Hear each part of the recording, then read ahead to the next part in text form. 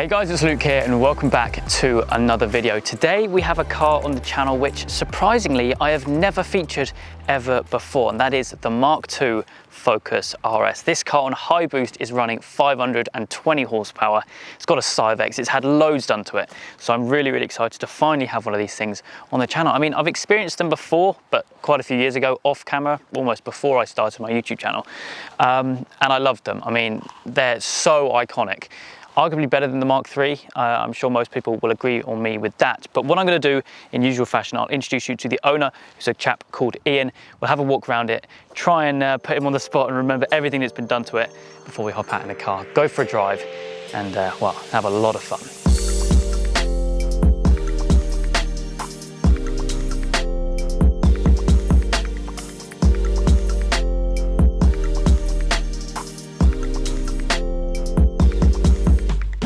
So I'm joined now with Ian, the owner of the car. Thank you very much for, well, having one of these on the channel for the first time. Now, a lot has been done to this car, an awful lot, most of which by yourself.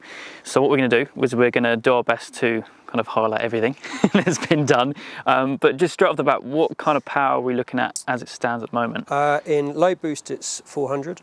Yep. In mid boost, it's 460, and in high boost, it's 521. 521, brilliant. So you can basically switch all through the maps, whatever. Yeah, I've got a touch display toucan in there, but yeah, you can obviously enable which map you want as you're on the move. Ah, brilliant. Actually, I saw you doing that on the way here, just switching between the maps. So you got pop and bang map as well, and I think dyno mode I saw on there as well. Everything, yeah. Everything. Yeah, everything, yeah. Wicked. So we've got the bonnet up because that's where most of the work has been done, I think. And well, look at this. So if you can remember, basically give us a quick run through. Well, the car got rebuilt at Devil Developments. The actual car itself has done 93,000 miles since new. My brother was the first owner. I then took over the car 2 years after that, so I've had the car for just under 10 years now. Oh wow. And unfortunately one of the spark plugs decided to detonate inside the engine, which resulted in a full engine rebuild. Yeah. Then it was running Mountune MR375. When it was running that power, the car was brilliant, didn't miss a beat, it was fantastic, until the spark plug problem came in. So obviously I had to get it rebuilt. Looking at the amount of tuners that were available, my choice of tuner was Devil Developments, who have been absolutely faultless, fantastic. I highly recommend them to anyone, especially if after a big power build, either being a Focus ST or an RS. And especially now they're starting to really get into the Mark III scene, RS scene as well. So yeah, so I featured a 530 brake Mark III RS fairly recently actually. That was an animal, absolute animal. So practically everything has all been uprated, upgraded and changed. The difference to us, because obviously you can get big power builds, the difference to this is without question is the Cyvex ECU. I mean, it literally is night and day. So that's what, like a standalone ECU basically? Yeah, I mean, to be honest with you, I'm old school. I certainly don't floor on cold engines, but I very rarely put the foot to the floor. But when you do put your foot down, you know, semi to the floor, you know, it doesn't give you straight away the 521 horsepower, as it's got the torque bar in control. It basically just feeds the amount of power. But once, because at the end of the day, it's essentially front wheel drive, so there's only so much power you can put into the front wheels. But certainly once you're in third gear onwards and you're in momentum, it gives you the full 521 brake. Third gear is generally the sweet spot, really, isn't it? third gear is when it's really off. I mean, second gear, depending on the condition. I mean, conditions like today, we've just had a nice heavy shower. It's a little bit slippery, so I can't guarantee we get the full traction. But yeah, effectively with the Cyvex, it kind of eliminates wheel spin. Yeah, so the engine obviously has been fully rebuilt, block mod. It's got the Wiseco pistons on it, came on rods, block mod, stage 1 cams, as I mentioned to you, the GTX30 turbo, Turbo Smart wastegate, trying to remember, obviously the Cyvex ECU, obviously the Cosworth Group A filters you can see there. Fuel pump, 1000cc injectors, an Evo exhaust manifold. Not a lot then. No, it's, obviously all the hoses have been uprated. Obviously the Cyvex crossover pipe to accommodate the Group A filter. As I mentioned to you, the Spec R header tanks have been done. Stage 3 intercooler, as they call it, the gobstop intercooler as they call it. We've also got an external oil cooler fitted as well above the plates. That's been done. So yeah, all in all, the car runs well. I've had no issues with it. Brilliant. As I mentioned to you. I think that's probably pretty much it for the for the engine. Right? Power wise, in case if yes, so it's like I said earlier in the video, it's got the 3 maps. So when it's on the 520 map, the measurements were 460 pound-foot of torque. Which I think off memory in old money is 620 Newton meters. That's strong. About that. That's really strong. So yeah, no, like I said, it's a beast. Yeah, very pleased. It's an absolute beast. Very pleased with it. Now, apart from that, we've got obviously upgraded wheels, upgraded brakes, a whole host of things, exhaust and everything. The wheels literally have just been redone by a full refurb at Curbed in Henfield, which did an utterly fantastic job. Lovely, the racing wheels, and I've got the K-Sport 356mm brakes. The rear discs have been they're the Manchun rear discs with uprated pads. I mean, so that's been done. The exhaust is Miltech, so you can get much loud exhaust, of course you can. I don't like that. I don't like screamer pipes. Hopefully if the video picks that later, it's all about the turbo and wastegate noise of this car.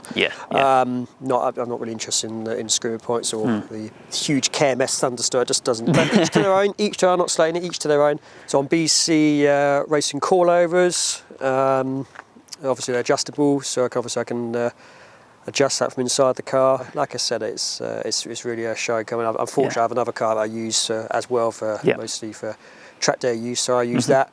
So this is really the show car, and the pride and joy. I love it. So well, it's definitely well looked after, that's for sure. But like I said, I think family owned. Yeah, that's it from you. Yeah, so your brother owned it from you, and then you got it off him. And he changes his car every 3 years. Yeah. I didn't tell him when he first bought it, but when I first saw this car, the prototype at the NSE show, I fell in love with the car, the colour straight away, and at some point I wanted to own one. I didn't tell him that, of course. And then when he said he was selling it, I had it. Yeah, brilliant.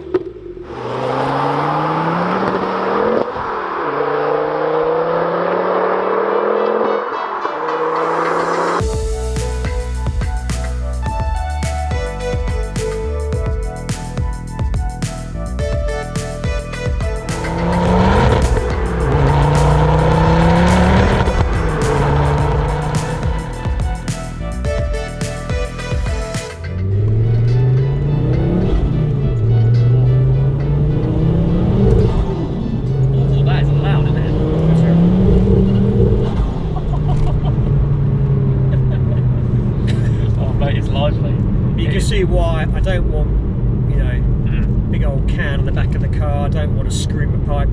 I just love the noise of the turbo. I mean, the exhaust, even though it's a straight-through system, is almost muted down by just all the noises up front. Yeah, well, this is no, it's.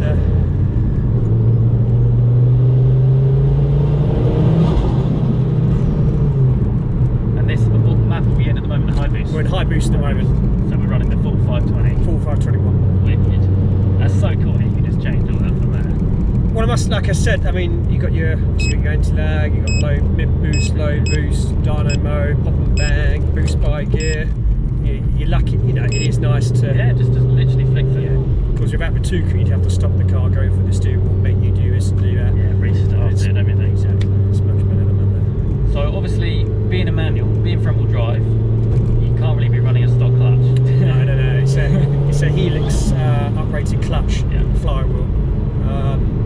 Honestly and genuinely, it drives like the standard RS clutch I had. It's not heavy on the foot at all. It's not a confident traffic. It genuinely drives like the standard clutch that I had. Just uprated. If I decided to run more power, which I'm a little bit tempted, just a fraction more, because the engine's built for it's fully been completely rebuilt, right from the bottom to the top up.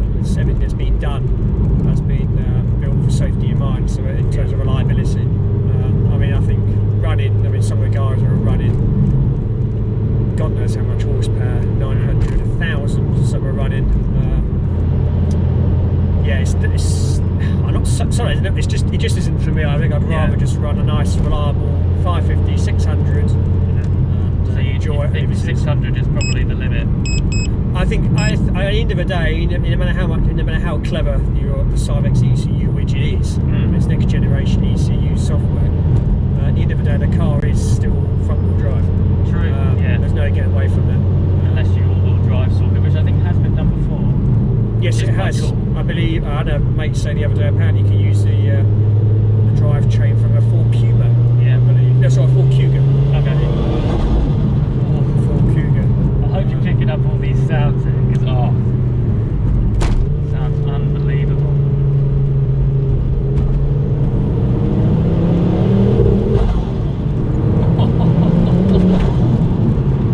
That just goes, doesn't it? Like, properly keeps you on your toes as well. You can't just sit here and just plant your foot. No, it does. You got to take it. I mean, I don't. To be fair, it doesn't. I don't get torques to it. It does. I mean, it doesn't pull. I wouldn't say it just. It doesn't. It's not as bad as it used to be. I mean, before I had the Cyvex ECU, literally holding the wheel for dear life to do the straight line. But as you can see, I wasn't genuinely. You know, it was all right. Just plant it back in your seat. Well, yeah. They're good for back in seats. Yeah, well, these are the stock seats as well. These are the stock seats. Yeah. So when the car. When my brother ordered the car from you, it had every extra apart from the leather seats, which, to be honest, I probably would have done the same as well. Yeah. Generally, leather is nice, but it's, to be honest, this cloth and Alcantara cloth. Yeah, it's a nice place. Nice. It's a nice place to be. Obviously, as you can clearly see, it's a bit of more of a driving machine than creature comforts. It is a little bit plasticky. I'm not going to lie, the Mark III for everyday use kills this completely. I mean, the Mark III is a much better car to be in, it just is. I think in every other aspect, this kills that. Well, yeah. I can't get over how good that turbo sounds though. Well, like I said before, this is why I didn't want any loud two in the way of loud exhausts. I just want to hear the front of the car. When you put it in pop and bang mode, I have been told it does spit flames. Of course it does. But to be honest with you, you just kind of draw attention to yourself. It just, like I said, isn't really for. I wouldn't say the novelty's worn off. It's nice to have it there if you go into a meeting, you're gonna make an entrance. But otherwise, it's fully switchable. It's literally what, like 3 buttons, and there you go. Yep, 3 switches, and that's it.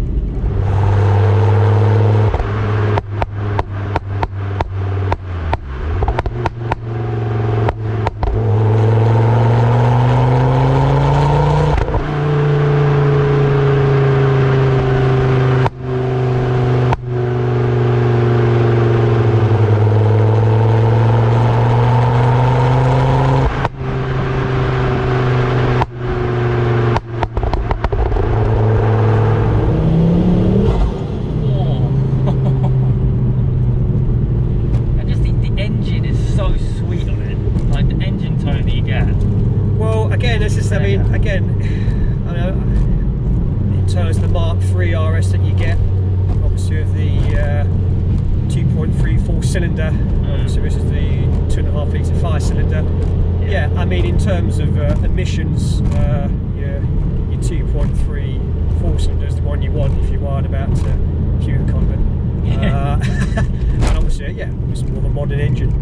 But I have to say, in terms of noise, this is my preferred engine to all the RSs that are made. I would just think this Volvo lump is just an incredible engine that can take, from other cars, take so much abuse. I mean, there's so much potential with it. Well, there is, but there's having usable power, and there's having reliability with the power. I'm just very happy with where the car is. Yeah, I might extract another 50 horsepower from it and still retain the reliability. Apart from that, power-wise, it's done. I'm finished. I'm done with it. Well, from what I've experienced, it's certainly enough I've been out in these before, but ages ago, like I said at the intro of this video.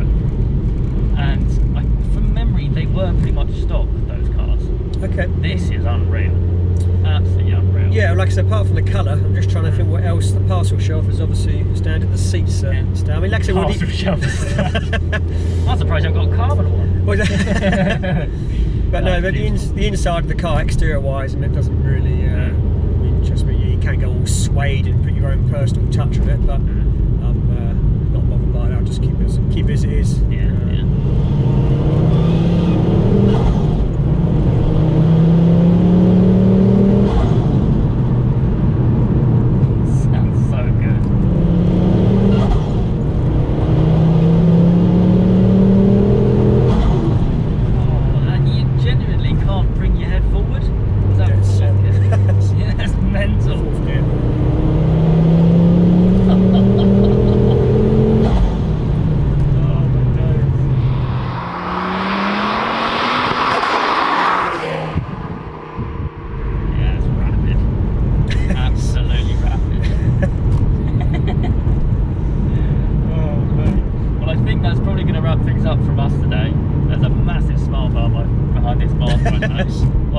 Worth the trip. Oh, worth the trip, 100%. Thank you very much for braving the weather that we've had today, even though you probably haven't seen it on video. It's been a right nightmare, but yeah, as always, I will leave your link to your Instagram down in the description down below for you guys to go and check out. And yeah, that's going to wrap things up for me today. I hope you guys have enjoyed. If you have,